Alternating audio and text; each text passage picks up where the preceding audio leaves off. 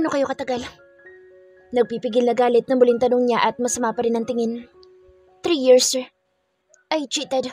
Kung yun ay gusto niyo malaman. Nagsisisi ako na sinayang ko ang 3 years na iyon para sa bagong kilala ko lang. Kian seriously looking at me while saying those words. Kita ko rin ang guilt na nararamdaman niya. Napatili naman ako nang bigla na lang bumulagta sa sahig si Kian. Nakita ko ang pagdugo ng gilid ng bibig niya. Inawat naman ni Jopet si Kayden at inalalaya naman ni Billy si Kian.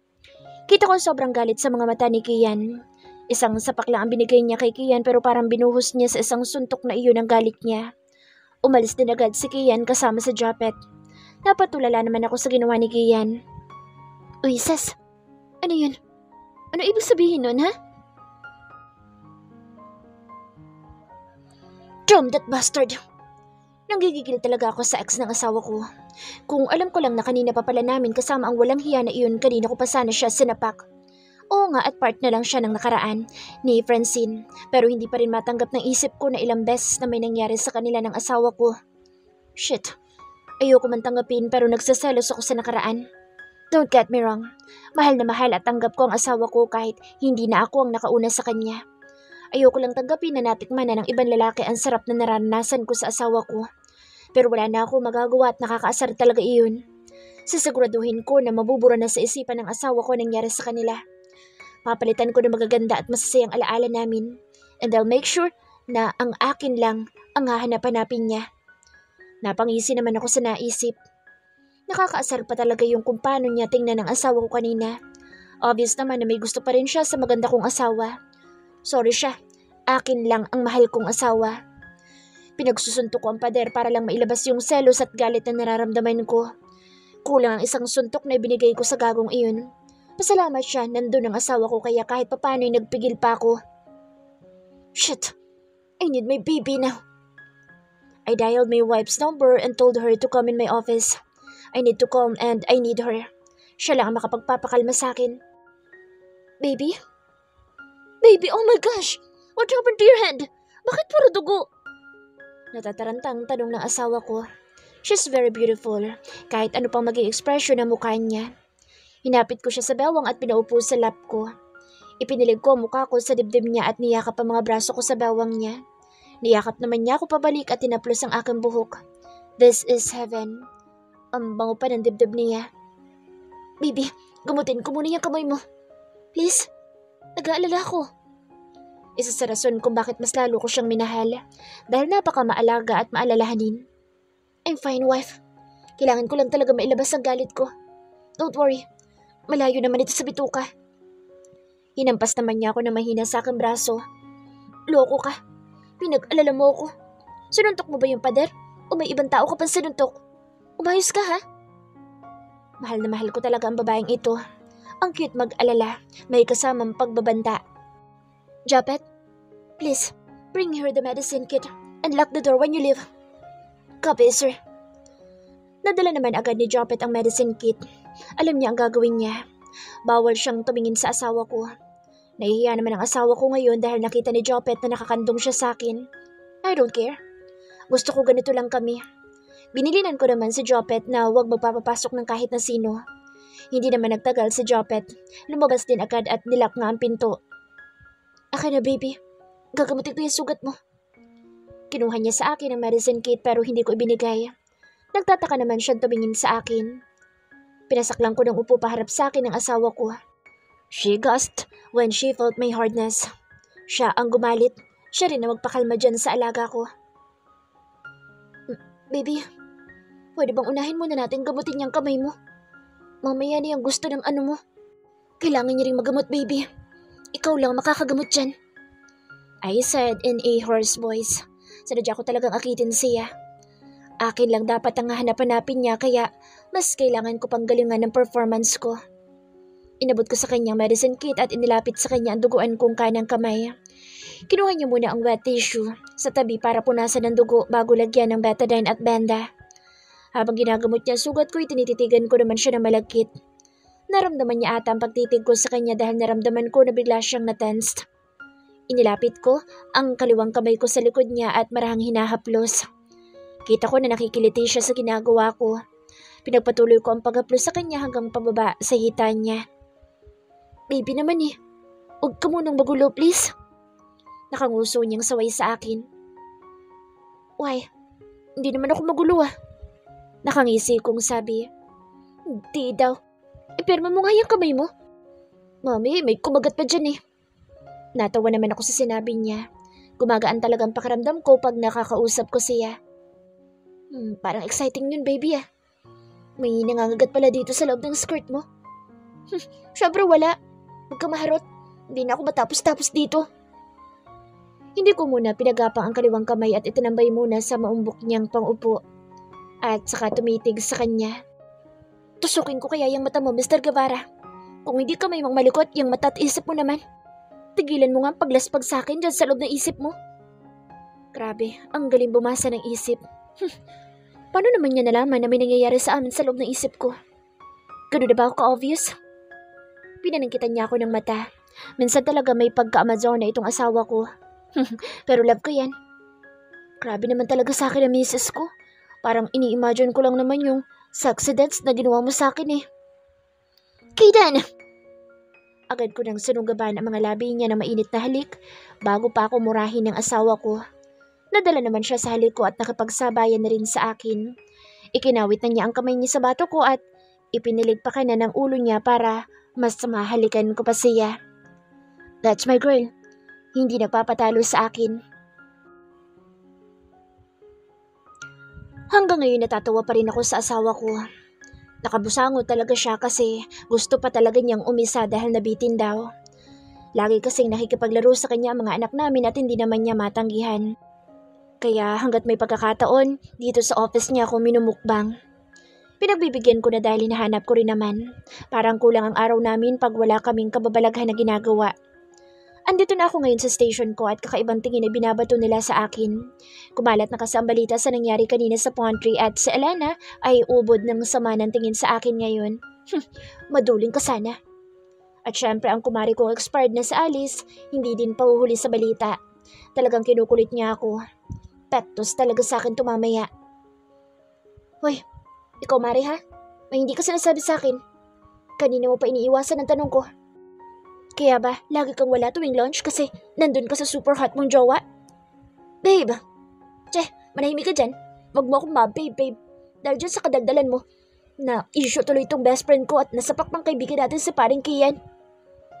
Sorry na nga, okay? Huwag ka naman pumuri na iba lalaki. Mas gwapo naman ako dun, no? Nintianan ka. Nagsaselos ka na naman tapos aanakan mo na naman ako. Napangiwi naman ako sa dalawang ito. Parang magtropa lang. Ay naku Mare, wag mo nang pansinin yan si Billy. Mula ngayon hindi ko na siya asawa. Magkapit bahay na lang kami. Babe naman. Ayan kasi, hator. Ano na nga sis? Malapit ako magtampo talaga sa'yo. Napahinga naman ako ng malalim. Si Kayden ang ama ng mga anak ko. What the heck? Ano? Hindi nga sis. Kaya naman pala kay gwapo at kay ganda ng mga inaanak ko eh. Napakagwapo naman ng tatay. Shh! Hinaan mo nga yung boses mo. Baka marinig ka ng mga kapitbahay. Saka parang sinabi mo naman ang pangit ko, no? Ay, sorry naman sis. Ang ibig ko sabihin, ang ganda ng combination ng jeans nyo. Promise me to keep your mouth shut, ha? Lalo na yung asawa mo. Naku, makukulot ko talaga kayo. Hindi naman kailangang ipangalandakan sa lahat na siya ang ama ng kambal ko. Low-key lang tayo.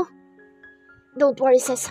Pag dumaldal yung asawa ko, ibang bibig ang isasalpa ko dyan. So paano pala nangyari at biglang siya naging ama ng mga anak mo? Baka nag-anaan kami? Gaga, seryoso nga. Bukod sa nagjugjugan kayo, di ba si Kian ang boyfriend mo noon? Alam mo naman yung paluloko sa akin noon ni Kian, di ba? Nung naghiwalay kami, pumunta ako sa isang isla para makalimot. Kahit saglit. At doon ko siya nakilala at ayun nga, nabighan ni ang lolo mo sa kagandahan ko. Nanugurado talaga. Inanakan agad ako. Ikinuwento ko kay Alice lahat na nangyari sa past namin at nabanggit ko na rin na kasal na kami ni Kayden at ang bruha halos maglupasay sa sobrang kilig. Panigurado daw na masusundan na daw ang kambal pero hindi ako sigurado dahil hindi naman talaga ako gumaling sa dati ko pang sakit. Talagang itinadhana lang siguro ni Lord na isilang ang kambal sa pamamagitan ko. At sobrang ipinagpapasalamat ko na iyon. Hindi na rin naman ako nag-expect na masundan ng kambal pero kung loloobin ng Panginoon ay malugod ko pa ring tatanggapin. Mas lalong umugong ang bulong-bulungan ngayon tungkol sa akin dahil sa pangyayari sa pantry. Ngayon ay napangalanan na. Kabit ako ng CEO ng LM Electro World. Kaya naman daw pala palaging napupuri at approve ang proposals dahil kapalit daw ay ang katawan ko. Grabe talaga ang chismis. Madaming dagdag. Of course it's not true. My team, my seniors, and Kayden knows how I work hard for our projects. Kung sino pa talaga ang walang alam, sila pa ang madami ang sinasabi. Buti na lang maganda ako kaya hindi ako magpapaapekto sa mga paratang nila. Hindi ka na ba nakontento kay Kian? At sa malaking isda ka naman kumabit ngayon? Kian? Anong alam niya sa amin ni Kian? What do you mean, Alana? Nagtataka kong tanong. Si Alice, Billy, Japet at Kian lang ang nakakaalam na mag-ex kami ni Kian. Nginisian niya ako at tiningnan ng nakakainsulto. Nagmamaang-maangan ka pa din? Kaya hanggang ngayon ay hindi pa rin bumabalik ang kapatid ko. Yun ay dahil sa'yo. Dahil sa'yo lumaking walang ama pamangkin ko. Sa itsura mo ngayon halatang hindi mo maalala kung sinong inagawan mo. Madami-dami na ba? Ha? Was ipapaalala ko sa'yo. Inagawan mo lang naman ng asawa ang Ate Elise ko. Ikaw ang dahilan kung bakit hanggang ngayon ay nawawala siya at ang anak niya. Anak ng... Ako pa talaga ng agaw? How come? So kapatid ka pala ng malantod na yun. No wonder. Huwag mong insultuhin na ganyan ang ate ko. Ikaw ang malandi. Halos mapatid na ang ugat niya sa leeg sa sobrang galit niya sa akin. Handito kami ngayon sa hagdan sa fire exit kaya wala ibang tao dito. Walang makakarinig sa pag-iinaso niya. Paano mo naman nasabi? Grabe talaga yung Ate Elise mo, no? Ganyan talagang kwento sa'yo? Ako pa talaga yun ang agaw ng boyfriend? Ang lala pala talaga ng sakit niyo sa pag-iisip, no? Galing magbaliktad ng kwento. Hindi totoo yan. At walang sinabi si Ate Elise sa akin na ganyan. May ibang nakapagsabi sa akin at narinig ko kay Kuya Kian nung naglasing siya na ikaw pa rin ang mahal niya. Narinig yun ng ate ko kaya umalis siya. Kinabukasan kasamang anak nila. Tanga ka naman pala. Naniwala ka kaagad sa kwento ng iba? Na hindi mo nga alam buong pangyayari. Para sabihin ko sa'yo akong original na girlfriend ni Kian. 3 years na kami nagkarelasyon at alam yun ng Ate Elise mo. Pero anong ginawa niya? Nailo pa rin siya sa lalaking hindi naman kanya. At yung anak nila? Bunga yun ang pagtataksil nila sa akin. Kaya wag kang umasta sa akin ngayon na parang ako pang maruming babae. Ako ang inagawan dito, hoy. Bakit hindi mo alamin ang totoo? Hanapin mo yung kapatid mo at tanungin mo siya. Tanungin mo si Kian at tanungin mo lahat ng katrabaho namin noon sa kumpanya para hindi ka naman bobo. Nanggigigil talaga ako. Hindi siya nakaimik sa mga sinabi ko. Ano ka ngayon, ha? Tinalikuran ko na rin siya. Ang dami ko nang nasayang na oras sa kanya. Buti na lang talaga marami akong naipong ganda. Dumiretso ako sa opisina ng asawa ko para magpahupa ng inis. Baka masungitan ko pa ang mga katrabaho ko. Ma'am. Hindi ko pinansin si Japet at dire-diretso lang akong pumasok sa loob. Napataas naman ang kanang kilay ko na makita kong may katawanan ang malandi kong asawa. Isang maganda, sexy at matangkad na babae na palagay ko isang model. Nagulat naman si Kayden pagkakita sa akin. Baby, bakit nandito ka? Bakit, bawal na ba? Parang aabot na ata sa poste ng Meralco ang pagtaas ng kilay ko. Hindi. Ang ibig ko sabihin, nagulat lang ako sa pagdating mo. Sino namang hitad na to? Nakataas kilay din siyang nakatingin sa akin at parang nagtataka din kung sino ako. May bisita ka pala. Nakakastorbo ata ako. No baby. Okay lang kahit andito ka. Hindi rin naman siya magtatagal dito. Who is she, Kate? Flavor of the month mo? Parang nagpantingan tenga ko sa narinig. Honey, shut up. Honey? Tiningnan ko na masama si Kayden. Ako ang baby tapos meron pa palang honey. Baby. Honey Lou talaga ang pangalan niya. Huwag mo akong pag-isipan ng masama dyan. So, ano naman kung honey ang pangalan niya? Kahit tawagin mo pa siyang sweetheart o darling, wala akong pake. Mainit na nga ang ulo ko dahil kay Elena tapos ang asawa ko'y makikita ko pang nakikipagharutan. Kahit mukhang alipunga pa yan, pagsasalosan ko yan. Gosh, di ko gusto ang mood ko ngayon. I love you, baby. I love how you get jealous. Buwang na to. Ginawa pang katatawanan pagsaselos ko. Siya na bang asawa mo, Kate? Ang cute niya pala magselos. Isa pa to bruha. By the way, baby, she's my cousin. Inaasar ka lang niya kanina. Nahiya naman akong bigla sa inasal ko. Kasi naman ganyang kagandang babae na kasama ng asawa mo, hindi mo ba pagsasalosan? Hey, hipag. Sorry, pinagtripan lang kita kanina. Effective naman dahil nagselos ka. Mukhang nakajackpot sa'yo tong manya kong pinsan Uy, grabe ka naman makadescribe sa akin. Pero nakajackpot talaga ako dyan sa misis ko. Ay, sorry. Sorry sa inasal ko kanina. Ganda-ganda mo naman kasi. Para kang manika. Napapakamot ulo na lang ako sa hiya. You know, right? Kidding. Yes, baby. Manika talaga yan. Tsaka daw. Or si Annabelle. Sabay halakak niya. Oh, shut up, Kaden. Ikaw nga, adik sa panty. Pagtataka ko. Alam mo sis, hindi mo kailangan magsalo sa akin o kahit na kanino magaganda. Napakaganda mo rin naman kaya. Be confident enough.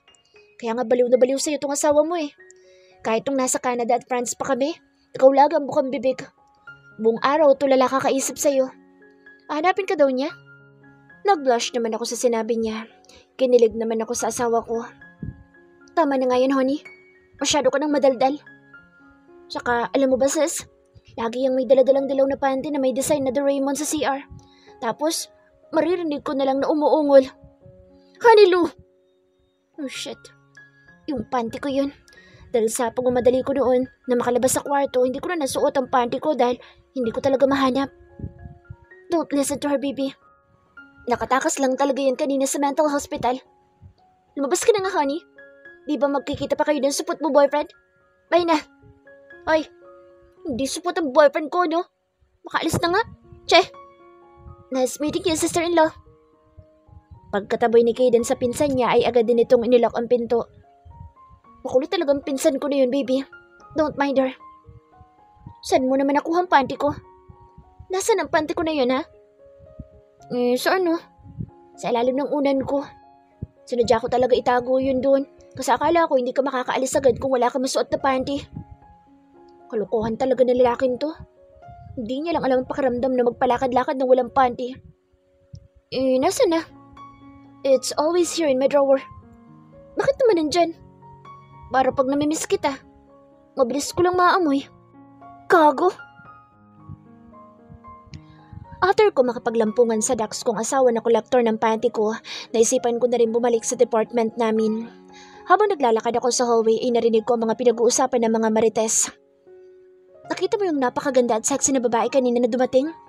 Yun daw talagang girlfriend ni Sir Kaden. Oo nga, grabe, ang ganda niya at mukhang may class. Ang tangkad pa, pang model ang height. Bagay na bagay sila. Napataas naman ang kilay ko sa pag-uusap nila. Walang ibang bagay sa asawa ko kundi ako lang. Hindi nila ako napansin dahil busy sila sa pag-uusap sa buhay ng iba. Malapit na talaga maubos ang pasensya ko ngayong araw. Gusto ko pang kumain ng apple mango na may asin at sili. Feeling ko mawawala ang inis ko pag nakakain ako noon. Masyado siguro akong maganda kaya napagkakamala ng kabit ng ex-boyfriend ko pati ng sarili kong asawa. Asa naman ang hustisya dun? Samantalang ako ang legal. Pagkabalik ko sa station ko ay sinimulan ko ng muli ang pag-aayos ng next project proposal namin. Kaberna sa mga tingin nila sa aking may panghusga. Yung parang naaawa sa akin. Akala mo naman lilinis ng pagkatao.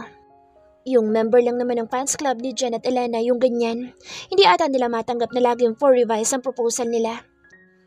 Napakaganda ng girlfriend ni Sir Kaden, no? Parang duwata sa sobrang ganda. Walang panama yung ibang kabit lang dyan. Wala kasing pumapatol na iba sa kanya kaya nakiapid na lang. Ano pa nga ba? Wala na sigurong natanggap sa kanya na matinong lalaki dahil naanakan na siya ng kung sino lang dyan.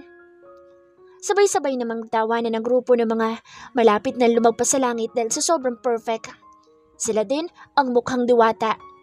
Diwata pares. Hinga na malalim. Pinili ko na lang munang magbingi-bingihan. May araw din kayo sa akin. Masama ang pakiramdam ko ngayon kaya mas pipiliin ko muna ang hindi sila patulan. Ipinagpatuloy ko lang ginagawa ko sa harap ng computer ko at hindi na pinansin pa ang mga impakta. Grabe, Mari. Tingnan mo, oh. Ang tigas na muka, parang wala lang talaga sa kanya. Nakukuha niya pang umakto na parang wala lang sa kanya. Hayaan mo, pag pumunta ulit dito ang girlfriend ni Sir Kaden, Sabihin natin yung kakapalan ng mukha ng kabit na yan. Para matanggal na rin yan dito. Masamang impluwensya siya at nakakasira ng image ng kumpanya. Oo nga, Mare. Tama yan. Dahil pa mga bata, very immature. Mas lalo kong ipinakita na wala akong pakaalam sa mga sinasabi nila para atakihin na sila sa sobrang inis sa akin. Ilang sandali pa ay narinig ko na lang ang pagbukas ng pintuan. Hindi ko naman ito nilingon. Busy akong manood ng mukbang. Where's Francine? Oh my, Mare, dali. Nandito ang girlfriend ni Sir Kayden. Sabihin mo na sa kanya. Doon naman ako napaangat ng tingin sa pinanggalingan ng boses. It was my cousin-in-law, Honey Lou. Agad namang hinarang ng mga kupal si Honey Lou at mga feeling close. Hey ma'am, di ba ikaw ang girlfriend ni Sir Kayden? Grabe, mas maganda ka pa pala sa malapitan. Oo nga ma'am, wag na wag kang papayag na maagaw ang boyfriend mo na kung sino, gold digger lang dyan. Marami nang nakatingin sa kanila at tila may inaabangang mangyari. Napatingin din sina Alice, Billy at Kian sa akin. Miss ka sila'y nagtataka kung sino si Honey Lou. Nginitaan ko lang sila at nagkibit-balikat. Salamat sa pagpuri. Marami talaga nabibiktima ng kagandahan ko. Oo, maganda ako pero hindi ko boyfriend yung manyakas niyong amo, no? May pinakasalan na yun at may 2 anak na sila. Ito ang boyfriend ko na sobrang gwapo. Sabi ni Honey Lou, sabay yakap sa braso ng katabi niya lalaki na gwapo rin naman talaga. Matangka din, parang asawa ko. Napasinghap naman ang iba sa narinig. Nagtataka at tila hindi naniniwala. Di don't. Sampal ko pa sa inyo yung PSA marriage certificate namin ni Kayden eh. Ha? Hindi nga ma'am. Hindi ka talaga girlfriend ni Sir Kayden at may asawa na talaga siya? Hindi nga. Ew, magpinsang buo kaya kami. Dinalaw ko lang siya dito kanina. May nakalimutan lang ako kaya ako bumalik. Anyway, andito ba si Francine? Yes ma'am. Andun po siya. Agad naman akong hinanap ng mga mata ni Honey Lou. Nginitaan ko naman siya. Lumapit siya sa akin at bumeso. Kinuha na naman siya ni Hunter ng bakanteng upuan para tumabi sa akin si Honey Lou. Sis, buti na abutan pa kita. Siya nga pala si Papa Hunter ko. Ang yummy niya, di ba? Pabulong na yung pagkakasabi niya sa huli. Natawa naman ako sa kaharutan niya. Hi. Nakangiti kong bati kay Hunter. Hindi siya nagsalita pero ngumiti din pabalik. Malapit na ang out mo, di ba sis? Sama ka naman sa amin. Samahan mo akong mamili ng para sa mga pamangkin ko sa'yo. Sige na, please. Ikaw nakakaalam ng mga gusto nila eh. Andito naman yung bodyguard ko. May taga-bitbit tayo. Gusto kitang samahan pero magpapaalam muna ako sa asawa ko. Kita ko sa gilid ng mata ko na nakatingin ang karamihan sa amin. Mga chismosa talaga. Akala siguro na mga ito ay susugurin ako ni Honey Lou para awayin. Para mga hindi pa makapaniwala sa sinabi ko na may asawa na ako. Okay, sige. Pupuntahan ko ulit ang asawa mo. Ipagpapaalam din kita. Sasapakin ko talaga siya pag hindi kanya pinayagan. Natatawa naman ako sa inasta niya para siyang bata. Masaya siyang kausap at very down to earth. Swerte ko magkaroon ng hipag na kagaya niya. Sana swerte din sa mother and father-in-law. Kumabog namang bigla ang dibdib ko sa naisip. Sana magawa din nila akong tanggapin o kahit yung mga apo na lang nila. Okay, ikaw bahala. Alright, see you later sis. Hinila naman niya agad si Hunter na nakatayo lang sa gilid. I think he really loved Honey Lou. Hindi lang talaga siya showy, nakabaliktaran naman ng girlfriend niya. Bagay sila. Grabe sis, ang bait ng hipag mo. May nasabi ni Alice. Napatingin ako sa paligid at nakita ko ang mga mata nilang tila nagtatanong. Wala naman akong kailangang i-explain sa kanila kaya bahala sila dyan. Isipin nila ang gusto nilang isipin sa akin. Basta ako, ang gusto ko ngayon ay makakain ng apple mango na may asin at sili. Shit, naglalaway ako. Pagka-out ko nga sa trabaho ay dumiretso kami sa Mall of Asia. Sasakyan na lang ni Kayden ang ginamit naming 4. Ayaw kasing pumayag ng asawa ko na umalis ako na hindi siya kasama. Ayaw din namang pumayag ni Honey Lou na hindi kami magkasama sa sasakyan. Gusto niya daw ako makakwentuhan habang nasa biyahe. Ang driver na lang ni Kayden ang maghahatid ng sasakyan ni Honey Lou sa bahay. Doon rin kasi sila mag-stay ng isang gabi para makabonding ang mga pamangkin niya. Nagpahanap talaga ako kay Kayden ng apple mango sa grocery. Tinakot ko siya na kapag wala siyang nahanap ay sa magkahiwalay na kwarto na kami matutulog lagi.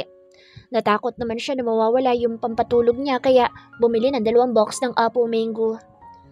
Namili si Honey Lou ng maraming educational toys, mga damit at kung ano-ano pa. Sinabay na rin ni Kayden ang ibang groceries namin. Kinaumagahan ay talaga namang for the tamad bumangon ng person. Ang asawa ko hindi naman kasi ako ginigising. Hinayaan niya lang ako na matulog. Okay lang daw kahit hindi na ako pumasok. Sa totoo lang nakakatamad pumasok. Ang papangit kasi ng mga katrabaho ko. Charis, uy, pasmadong bibig. Siyempre papasok ako no, kahit nahihilo ko. Andun yung gwapo mukha na gustong gusto ko lagi makita eh. Nauna nang pumasok sa office ang asawa ko. May early meeting kasi siya. Pinahatid na lang niya ako sa driver pero ang gusto niya talaga ay wag na sana akong pumasok. Pero pag siya gustong gusto lagi pumapasok sa akin. Ano daw? Pagdating ko sa opisina ay may mga nagkukumpulan sa gilid. Kakaiba ang ora ngayon dito. Para may nangyari. Shh! Naku, buti dumating ka na. Si Jen at ang mga alipores niya sinasanti kanina ng asawa mo. Bungad sa akin ni Alice. Bakit daw? Ano nangyari? Binatawag na Sir Caden si Jen at Eileen at yung member ng fans club mo. Pagbalik nila lahat sila umiiyak, lalo na si Jen. Nagmamakaawa talaga siya kay Sir at sa mga seniors natin na huwag siyang tanggalin at hindi na daw mauulit. Naawa naman ako sa itsura ng mga Bruhilda ngayon.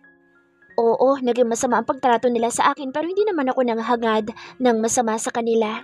Lalo na ang mawalan sila ng hanap buhay. Pero siguro ito ang naging consequences sa mga ginawa nila. Nagpatawag ngayon ng meeting para sa lahat.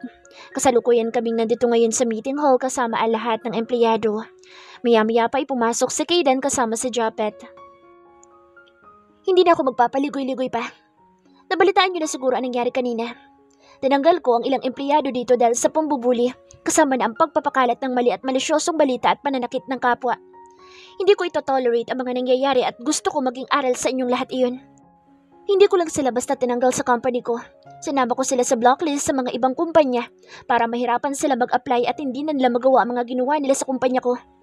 Kakasuhan ko din sila sa pag-leak ng sensitive information about the products ng kumpanya. I have gathered all evidences, including CCTV footages and conversations. I will make sure na rightful justice will be served. That's me. Huwag niyo akong subukan. This will be my first and last warning to all. Go back to work now. Tulala ang lahat sa sinabi ni Caden. Grabe, nakakatakot pala magalit ang asawa ko. Ngayon ko lang nakita ang side niya na iyan. Lumabas din agad si Caden kasama si Japet. Habang tulala kami ay nag-play sa harapan ng isang video na kuha ng CCTV. It was me and Jen. Ito yung nagsabunutan kami sa restroom. May audio ang CCTV footage na iyon kaya narinig kung anong pinagsasasabi sa akin ni Jen na taluwas naman sa sinabi nito sa HR head namin. Nagulat ang lahat sa mga napanood. Ngayon, alam na nila kung sino talaga ang totoong masagwa ang ugali sa amin dalawa. Hindi ako natutuwa sa nangyari sa kanila pero deserve nila iyon. Pero mas nagulat ang lahat nang bumukas muli ang pintuan. Bumalik si Caden na may napakaseryoso muka. Hindi siya bumalik sa harap ng stage kundi pumunta siya sa likuran ko. And one more thing. This beautiful woman in front of me is my wife, Mrs. Francine Guevara. Hindi ko siya kabet. She's my legal wife. So don't you dare mess up with her again. Ako makakalaban niyo. Sabi ni Caden at kinuha ang kanang kamay ko para i-holding hands. Let's go, baby. Pag-aya sa akin ni Caden, inalalayan naman niya akong tumayo.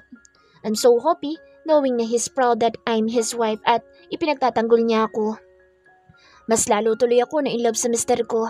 Dahil pinakilig mo ako, may buko juice ka sa akin mamaya. Pagdating sa office ni Caden ay tinanong ko siya kung gusto ba niyang magkape. Mukhang na-stress siya eh. Nakasandal siya sa swivel chair at nakatingala habang nakapikit. Pilya mode on. Baby, what do you want? Juice? Coffee? Or me? Kita ko naman ang pagngisi niya. Ayan na. Makalipas ang ilang araw. Yung kamay mo, Caden. Kung saan-saan nakakarating, matulog na tayo. Hindi ko pinansin ang sinabi ng asawa ko. Basta patuloy lang sa paglalakbay ang kamay ko. Miss na miss ko na siya eh. Ilang araw na niya akong pinagdadayet. Kahit make-out ay ayaw niya. Puro smoke kiss lang ang nagagawa ko sa kanya. Hindi ko alam kung anong gagawin ko. It's frustrating dahil ayaw kong pagbigyan ng asawa ko. Minsan nga nadadamonyo ng isip ko at parang gusto ko na lang siyang igapo sa kama at ako nang bahala. Pero hindi pwede dahil may pagka-Amazon ng asawa ko. Ay, tinamaan ka nga naman ng tigang. Kahit isa lang please, baby. Pagbigyan mo na lang ako kahit isa lang talaga. At kailan pa nangyari na umisa ka lang talaga? Remember, scammer ka? So no. Matulog ka na dyan. Kung ayaw mo naman di tawagan mo na sa Mariang Palat. Good night, hubby. What dreams? Ay, walang puso. Halos isang linggo na niya akong ayaw pagbigyan pero kung manamit dito sa bahay, halos magubad na sa harapan ko.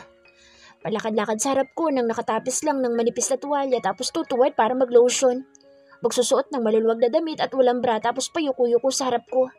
Kaya nakikita ko na nakakatakam niyang dibdib. Ang pampatulog ko na pati yun ay pinagkakait niya sa akin. Magsusuot pa ng napakaiksing short na kita ng pisngi ng puwet niya na kay sarap pisilin. Tapos pag tinangka ko siyang halikan at yakapin, umiiwas siya at tinutulak ako. Nakakaiyak. Nasaan ang ustisya dun? Ang sakit niya sa puson. Imagine may face na mukhang nalugi at natalo sa laban. Pinaparusahan ako ng langit. Grabe naman torture to.